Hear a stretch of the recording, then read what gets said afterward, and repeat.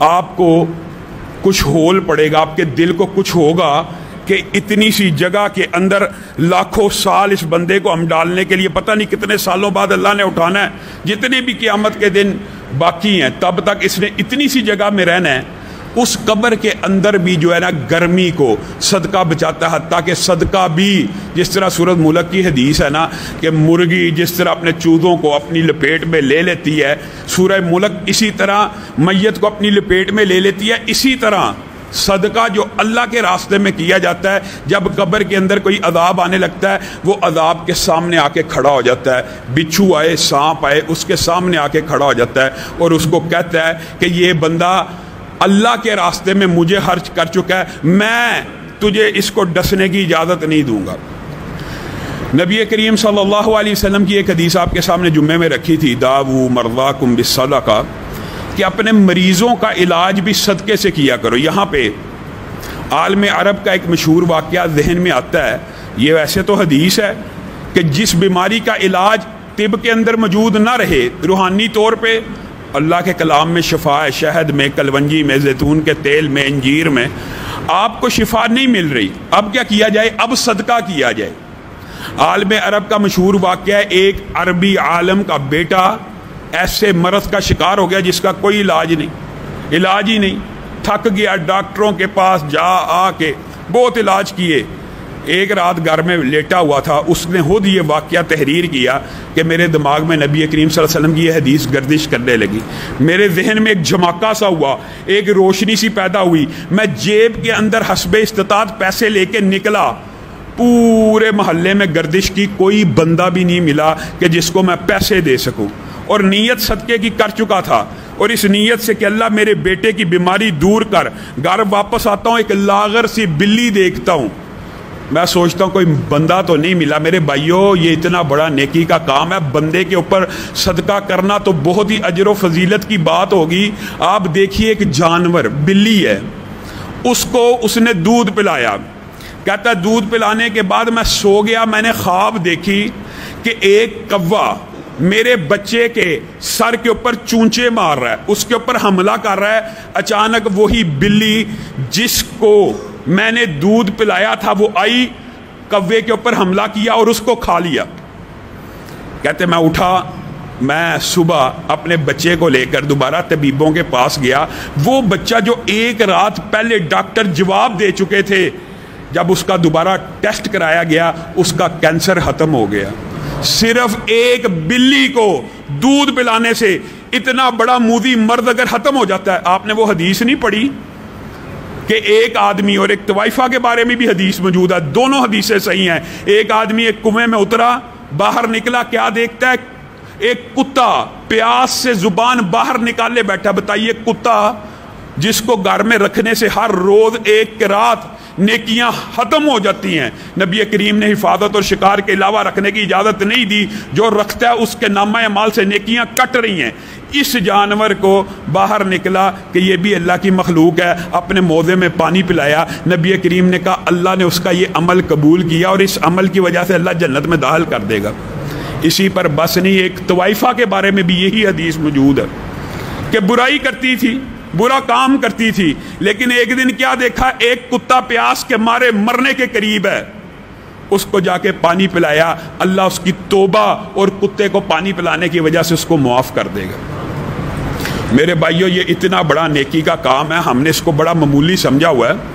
نبی کریم صلی اللہ علیہ وسلم کی ایک حدیث کی طرف اگر آپ غور کریں نا، آپ کو اس کی اہمیت کا اندازہ ہو جائے۔ اس حدیث کے اندر زنا کی قباحت کی بھی بہت بڑی بات ہے، اور بڑی دردناک بات اس حدیث میں موجود ہے، بے حیائی کے کام کے حوالے سے بھی۔ نبی کریم صلی اللہ علیہ وسلم نے ارشاد فرمایا، ایک عابد زاہد ہوا کرتا تھا، عابد اور زاہد ہوا کرتا تھا، وہ اللہ کی بارگاہ میں 60 برس عبادت کرتا رہا، 60 ایئرز، جتنی امت کی کل زندگی نہیں، بچپن نکال دیا جائے، بڑھاپا نکال دیا جائے، بیماری کے ایام نکال دیے جائیں، آپ جانتے ہیں امت محمدیہ صلی اللہ علیہ وسلم کی کل عمر 62-63 برس کے قریب ہے، 60 برس ہے۔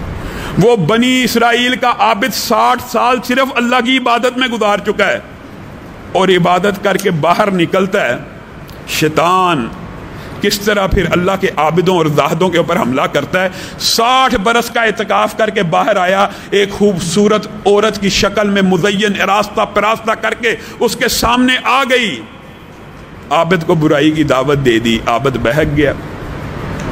عابد نے اس کے ساتھ برائی کر لی.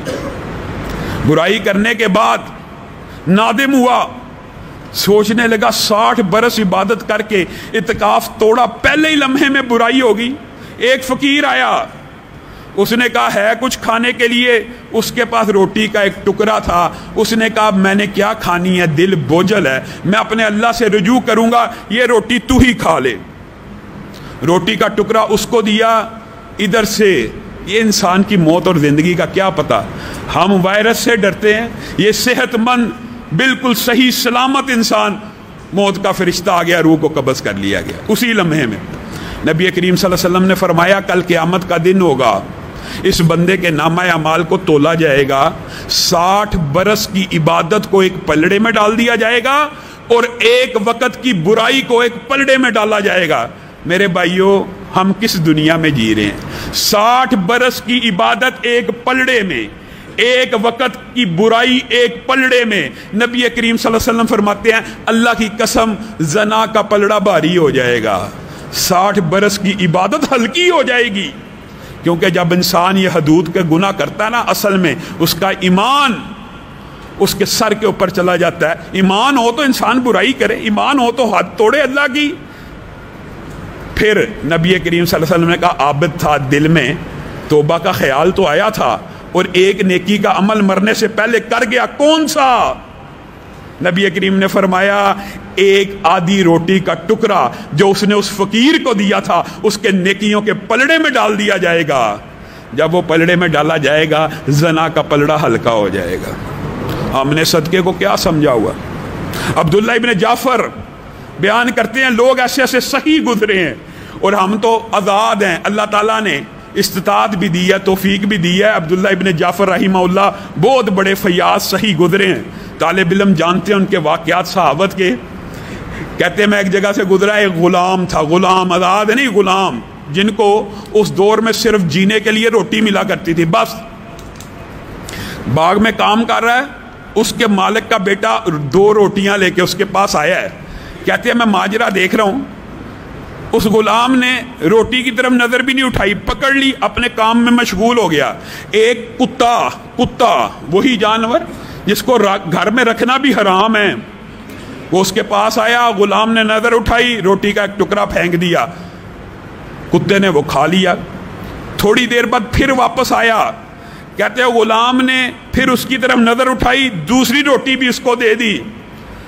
کہا عبداللہ ابن جعفر حیران رہ گیا کہ میری فیاضی اور صحابت کے بارے میں لوگ کسے کہانیاں بناتے ہیں, یہ غلام تو مجھ سے بھی زیادہ صحیح ہے, روٹی ملی اجرت میں, وہ بھی دونوں کی دونوں ایک جانور کو ڈال دی. اس سے جا کے پوچھا غلام سے آپ نے ایسا کیوں کیا ہے؟ کہا میرے پورے علاقے میں کتا پایا نہیں جاتا, آج آیا تو مجھے سمجھ آ گئی نہایت بھوک سے ہے, میں تو پھر کام کر کے رات کو کھا لوں گا, اس بیچارے کو کس نے ڈالنی ہے.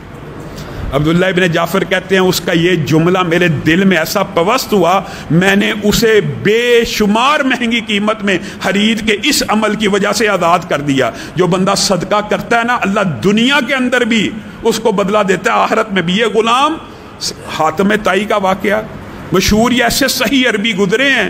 حاتم طائی کہتا ہے میں نے اس سے پوچھا گیا کہ کیا تو نے اپنے سے زیادہ صحیح کوئی دیکھا؟ کہا ہاں ایک بچہ دیکھا, عرب کا بدو دیہاتی بچہ تھا. کیا واقعہ ہوا؟ میں اس کے پاس گیا, وہ بکرے کو ذبح کر کے اس کا مغز پکا کے لایا. میں نے مغز کھا لیا, دماغ کھا لیا, اور میں نے کہا بڑا لذیذ ہے, کیا اور بھی ہے؟ کہتا پھر لے کے آیا.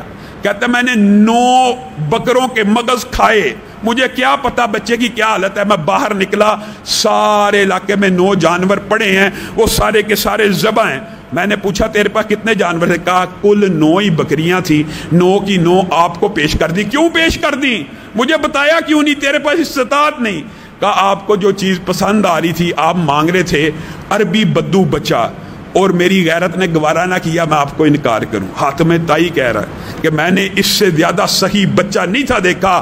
میں نے پھر بھی اس کے اوپر انفاق کیا, 400 اونٹ 400 دینار دیے, لیکن 400 اونٹ اور 400 دینار جس کا کل اثاثہ 9 بکریاں ہوں اور 400 اونٹ اور 400 دینار میرے کل اثاثے کا 1% نہیں بنتا. اصل انفاق تو اس بچے نے کیا. گفتار بھی ہے کردار بھی ہے ہم حق کے علم بردار بھی ہیں اپنوں کے لیے